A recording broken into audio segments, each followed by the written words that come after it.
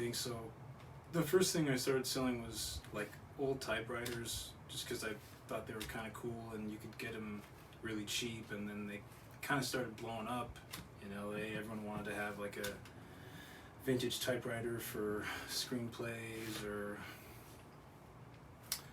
whatever. I wrote letters with them to my mom on her birthday, for Christmas, and she liked that a lot. It was kind of a personal touch. I mean, it wasn't really lucrative, but for a little while. But the main thing that I made money with, and I'm still doing, and you can do alright, is selling like high-end office chairs or recliners. Like this one that I'm sitting in is a vintage Equinus stressless recliner from like the 70s, and mostly Herman Miller stuff is what I sold for like a year and a half, 2 years, and that I did make good money. That was like I was flipping stuff really easy. You could find them cheap. There's a ton of rich people in LA that don't care that they're getting rid of something below market value. They don't know. They're just they have better things to do with their time than trying to get maximum value for an office chair. And so they'll take 50 or $100, and you could turn around and sell it for $300, $400, $500, $700, depending on if it was one of the newer ones or if it was one of the ones that had all the features. So that was easy enough for me. And so like with one sale, I might find something for like $100, and if I could sell it for $500, I mean, that was $400 I made. And most people in LA are working all week to make $400, and so I just kept doing that. And the only reason I even bought one of those chairs to begin with was I was spending a lot of time at my desk, and I needed something comfortable. I wanted something to dissipate the heat. So all you have to do is Google high-end office chair, and Herman Miller is going to be one of the first ones that pops up. You'll see the Aeron, you'll see the Embody, the Mira, and even some of their lounge chairs. Like they have one by Eames, their Eames lounge chair, I think it's called. I never had one of those, but those things are like 10 grand, and you know, they're like 10. And I think if you get them in good condition, used, you can sell them for like 4. I don't know. I know a guy who that's his whole business. He does a ton of volume. I get along with him really well, even though he mostly put all the resellers in LA out of business because he was moving so much inventory. But he's a good guy. A lot of people don't like him because he's better and because he worked harder and made a ton more money than everyone else. But I liked him. He's a good guy, and I never. He's in Alhambra. But anyways, and it's not that hard to do selling these chairs. You just have to know what to look for, and I mean, you spend 5 minutes on any website. You can do this not just with office chairs, but all kinds of furniture, desks, high-end stuff. Especially in LA, where people are willing to spend a ton of money on a desk or an ergonomic office chair or one of these recliners like this. And I mean, I'm just buying from Craigslist, OfferUp, LetGo, eBay a few times. But that's how I survived and how I'm still surviving in LA without working a job, which I don't think I'm ever going to do again because I don't want to work 9 to 5. I mean, I know some people, they're kind of, they like that because there's a security. I think it's more of a perceived security than an actual security, especially when something like COVID comes along and, you know, people just, no one has a job. I mean, that's kind of hard to, I'm not saying that's why you should go into this business, but, you know, even during COVID, in the beginning I sold a ton of inventory. I think mostly just because people were sitting at home and sitting on their furniture that wasn't very good or wasn't very comfortable, and all the stuff that I have, all the stuff that I buy, it's stuff that I would want to sit in myself for 10 or 12 hours a day or whatever. But I think the way I did it was, as soon as I realized I could find these chairs cheap and sell them, for way more than what I was paying, then it was just a matter of, okay, you search Herman Miller and maybe you'll get one or two things pop up, but that dries up really quick, and people are they catch on to what you're doing. If you're buying something in the morning for $25 and you're selling it, later that night for $300, which I didn't really understand. Like, I guess people, when they sell something, maybe it was my eagerness, and then they would realize, like, hey, I'm gonna keep an eye and see if this guy relists it, which I would, of course, and I would make good money. I mean, I just always thought, like, get a life, like, who cares, you have a job, you have whatever, you just sell your junk cheap and forget about it. But I don't know, I think some people are like, they don't like the fact that people are making money off them, or that there's resellers. I really don't know why people don't like that sort of thing. It's just, the only thing that I thought I was doing was I was finding something that was undervalued and selling it for more. I mean, that's what people do with the stock market and in real estate. And so this was just something, that's how I view it. Now, I get people that like these pharmaceutical companies that jack up the price on insulin and things that people need to live. That's a different thing. But anything I ever sold was not something people needed to live, to survive. It was a luxury. And if they're willing to pay a lot of money for it, then that's between me and them. That's how I saw it. And like during COVID, I sold a ton of gym equipment, and I made good money. And there were some people that thought that's not right. But if someone really wants to get in shape, it's not my job or anyone else's job to subsidize that and make sure that it's affordable. If someone doesn't have money, they can run around the park, they can do push-ups, they can go hang from a tree and do pull-ups. And so this wasn't like I was, what's it called when you price gouging? This wasn't like I was price gouging an essential product like formula that babies need, which I would never do. Or for that matter, anything that something that was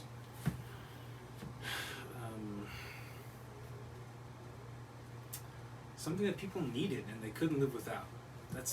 I'm not interested in making money off people selling those kinds of things, and I never have. I can't think of one thing I've done that with.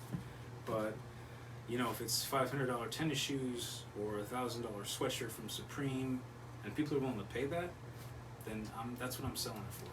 But what I was saying about the Herman Miller chairs is, for me, the way I was able to keep doing it consistently was, once I exhausted searching Herman Miller Aeron, Herman Miller Embody, and I would even search those words misspelled, like Herman, and instead of spelling it with an A, I would spell it like HERMEN or MON. Same thing with Miller. I would, because I guess some people who were selling it didn't know how to spell, or they typed in the title as a typo, whatever. And then I found stuff that way. And sometimes I would even search for something like desk. And in the photo of desk, like I'd see a nice desk that looked pretty nice, and in the picture I could see a nice chair that I knew what it was, just because, I mean, once you sell 2 or 3, you know exactly what you're looking for.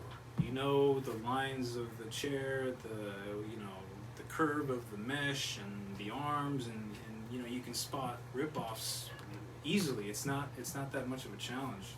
It's really like 5 minutes. You stare at an authentic Herman Miller Aeron chair for 5 minutes, you should be able to pick one out just from a lineup of pictures, because the knockoffs, it's not like Supreme clothes where the knockoffs are really where they're where they're hard to see, where you have to like see them up close. It's not like that. But and then eventually when I wasn't finding anything like that, then I just had to search like generic terms like chair, and I would just scroll through hundreds, thousands of listings that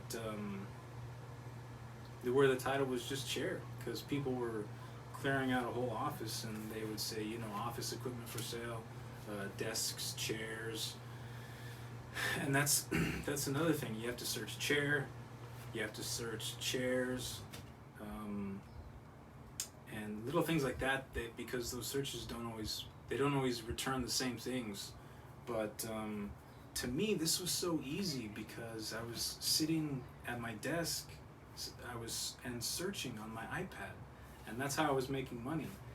And it helped that I had a little commuter car that got like 50 miles a gallon. So I mean, I was driving from LA to up to Victorville to San Diego, Palm Springs. If it was something big that I found, like a recliner, I'd rent a truck. But as far as space goes, like if you don't have anywhere to put that stuff, I mean, wherever you're living, that's where you put it. Because I mean, it's that, or you go get a job and you know you're stuck for like 8 hours a day. It's more like 10, because you're driving there and then you're driving back, the traffic and getting ready. Honestly, an 8-hour job is like at least a 12-hour job, because you're getting, like I said, you're getting ready, you're commuting, and so it didn't make sense to me. And this isn't to say that I was killing it the whole time, because I wasn't. And you know, most months I barely slid in. You know, a lot of months it was right down to the last day, or the day, you know, a day or two before or something. But to me, it was better. I just had to learn to live frugal and not spend beyond my means, and then I had all this free time and I could do whatever I want with. And so it was a big plus for me. But that was how I did it. And all I had to do was take nice pictures of the things that I bought. I had to learn how to repair some stuff, which was not really difficult, because there's YouTube videos on how to do all of it. How to like replace a cylinder in a chair, which is the thing that makes it go up and down. And yeah, that's basically what I'm doing now. The main thing is still furniture, and I just look for stuff that's really high end. And usually the stuff that I find that works out the best, there's no title.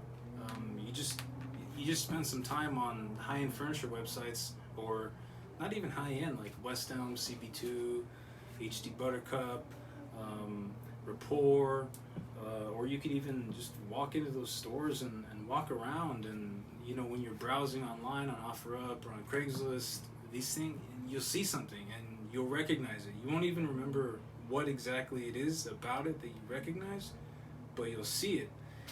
And then you just kind of I'd see something and there was no description. I didn't know what it was. It just kind of stuck out in my memory as, I mean, you know, like, this thing kind of looks familiar, and I would just search Google, and I would just search descriptions of like chair with a winged at the top, or you know, leather chair, round curved back, aluminum flat base, and sometimes it took forever to find it.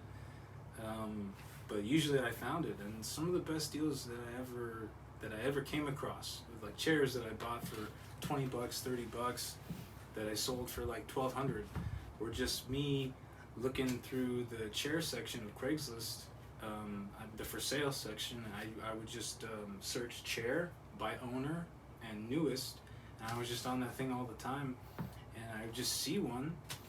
And I don't know, I guess after a while you kind of develop an eye for quality, even if you don't know what it is, or even if you really have never seen it, you come across something and it's like, this looks kind of expensive. Let me see if I can figure out what this is. And so that was just, after a few wins like that where I made some money, it just seemed like a no-brainer. That's not to say that I haven't done like Uber Eats and stuff like that, like in between, or I can't think of the app right now. TaskRabbit, which is another really good way to earn money. It's basically rich people in LA paying you to run their errands, to help them move furniture. Moving jobs were always big. If you have a truck, you can charge like 70 or 80 bucks an hour. If you have a pickup or a van or something. But I think it wasn't just like making money on my own and figuring out how to do something on my own. That was maybe that was maybe the biggest thing. It was also like you kind of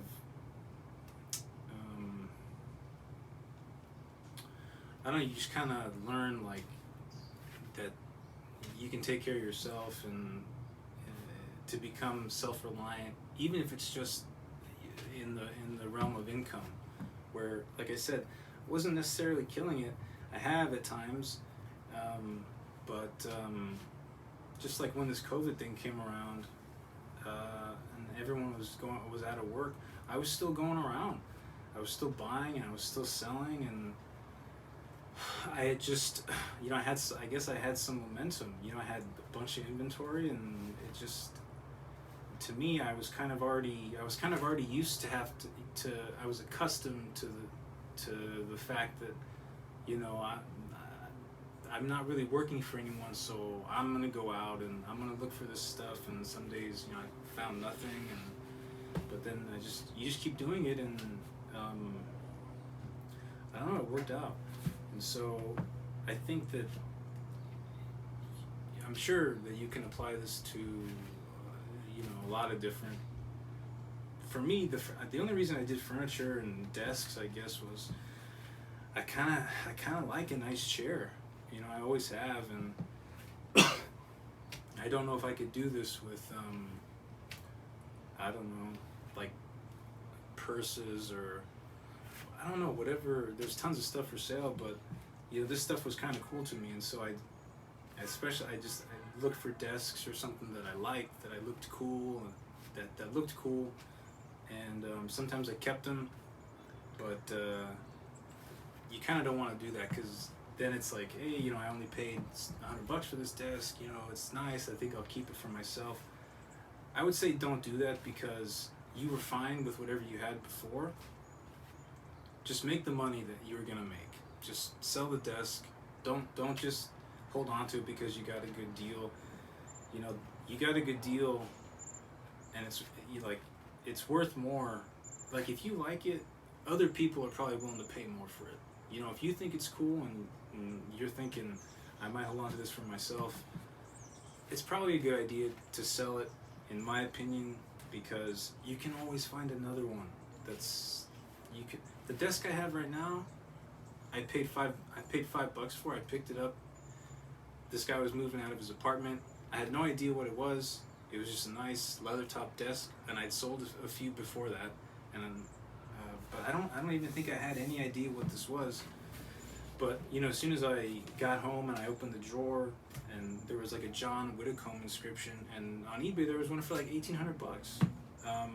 And this one I didn't sell, not to sound like a hypocrite, but literally I had $5 in the desk, and I needed a desk because I had just sold the other one I had, adhering to the first principle that I told you. And so I kept this one, but yeah, that's kind of, sometimes that's how it works. You find something that you really like, and it's worth more than what you pay for it, and it's almost a good lesson, in my opinion, to sort of accustom yourself to learn to let go of things that that you think you might want or need, but you really don't. That's not really the best way to put it, but I think it's kind of like in writing they say, killing your darlings. And just because something is good doesn't mean it needs to stick around, or that's a bad analogy, but I think it's a good practice. that even if you really like something and you want it for yourself, to take it away from yourself, because like I said, you can always get a better one. This is not the last good thing you're ever going to come across. You know, that's why I always sold the good stuff that I had. I mean, I rarely kept anything, because one, I didn't need it. Like, if I find a $5,000 chair, but I already have a chair, I don't need to keep that one just because it's expensive, and just because, you know, I can say, you know how much that chair costs? $5,000. That's a $5,000 chair. I mean, I've done that before, but you really don't need to. And I mean, some deals you just, like one time I got a writer's chair from Ralph Lauren, which is like over 10 grand for an authentic. This had tags and everything. I've had some that only have like one tag, and I paid $125 for it. And I've had it listed for sale this whole time, but not cheap. I mean, and I'm just, you know, I've always wanted one of those, because it's a masculine, dark leather, tufted armchair, and it's just a matching set. And so that one I held on to, because I paid $125 for it. But you know, if someone makes me a good offer, I'm gonna sell it, because I'll always find another one. And even after I bought that one, I saw others for sale, but I already had, you know, more than one in my storage unit, so I didn't need to buy any more. But that's how I did it, and I'll try to upload more about like some of the specific things that I'm still doing, as far as like these recliner chairs. Equinus is a really popular brand, and they're not that tough. They're all over Southern California, and they're not that hard to find. Again, you just have to know what to look for. The base in particular, the curve of the base is there's a ton of knockoffs, and some of the knockoffs are really good. And so the base is one thing, the main thing, and I'll upload a video about that in specific, in particular those, because those they can go pretty quick. Not always, sometimes you hold on to them, but if you find either a medium or a large, because they have small, medium, large, don't get a small. I don't think you'll ever sell it. But if you get a medium or a large in a good color combo, they're pretty easy to unload pretty quick. And I mean, I've had a bunch of them. You know, I've bought matching pairs for $150 that I sold for $1,300 on eBay. Sometimes things take time to sell, so if you don't have a storage unit, you know, just put them in your apartment. When I had my studio apartment in Hollywood, it was a studio apartment. It wasn't big. It was like 200 square feet. I mean, at one point, I think I had maybe 20 different office chairs. I had the tiptoe from like the kitchen to the restroom, because I knew they were all gonna sell, and they all sold. I delivered them up to San Francisco. I didn't care. I mean, I was making good money, and I could do it whenever I wanted to do it, whenever I had time. There was always new stuff popping up, and so that's how I do it, and that's how I'm gonna keep doing it until it dries up. But it doesn't seem to. It seems like typewriters, tons of people figure that out, and then you just move on to the next thing. And yeah, I mean, that's, again, to me, it's infinitely better than working any sort of job, even like a part-time thing. There's no security. I mean, you're responsible for whether or not you have money to pay your bills. But to me, it's just a function of you're just working a little every single day, and you don't have to put in a set number of hours. I just try to work a little bit every day, and it just kind of so that there's always something kind of coming in. You know, like one day you might make $500 or $1,000, and then the next day you might make like 80 or something. But if you just do it every day, then usually it all kind of adds up, and it pays off. You know, it's like, and things come up. You know, my truck breaks down, or I have to do a big repair, and as long as I've just been consistently doing it every day, little by little, then I'm good, and I can handle the things that come up. And so that's how I've done it.